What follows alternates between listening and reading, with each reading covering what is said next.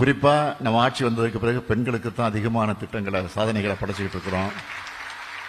காரணம், பெண்களை படிக்க வச்சா, பெண்களை முன்னேற்றினா அந்த குடும்பம் சிறப்பாக இருக்கும் என்ற அடிப்படையில் தான். ஏனென்றால் பெண்களுக்கு முக்கியத்துவம் தருவதற்கு காரணம் என்ன கேட்டால், பெண்கள் நினைச்சா எதையும் செய்யக்கூடியவங்க. அதனால தான் பெண்களுக்கு அதிகமான முக்கியத்துவத்தை தந்து கொண்டு இருக்கிறோம். இன்னும் கூட சொல்லணும்னா, ஒரு ஆணினுடைய வெற்றிக்கு பின்னால் பெண் தான் இருக்கிறார் என்பதற்கு எத்தனையோ உதாரணங்கள் உண்டு. என்னுடைய வெற்றிக்கு பின்னாலும் என்னுடைய மனைவி தான்.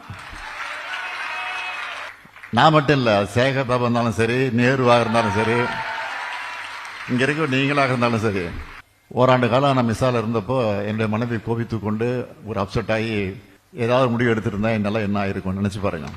தாங்கி கொண்டு பொறுமையாக இருந்து எவ்வளோ கொடுமைகள் எனக்கு வந்த நேரத்தில் நான் தாங்கி கொண்டு என்னை ஊக்கப்படுத்தி உற்சாகப்படுத்திய காரணத்தினால தான் இன்னைக்கு இந்த நிலைக்கு நான் வந்திருக்கிறேன். அது மாதிரி தான் ஒவ்வொருத்தரும்.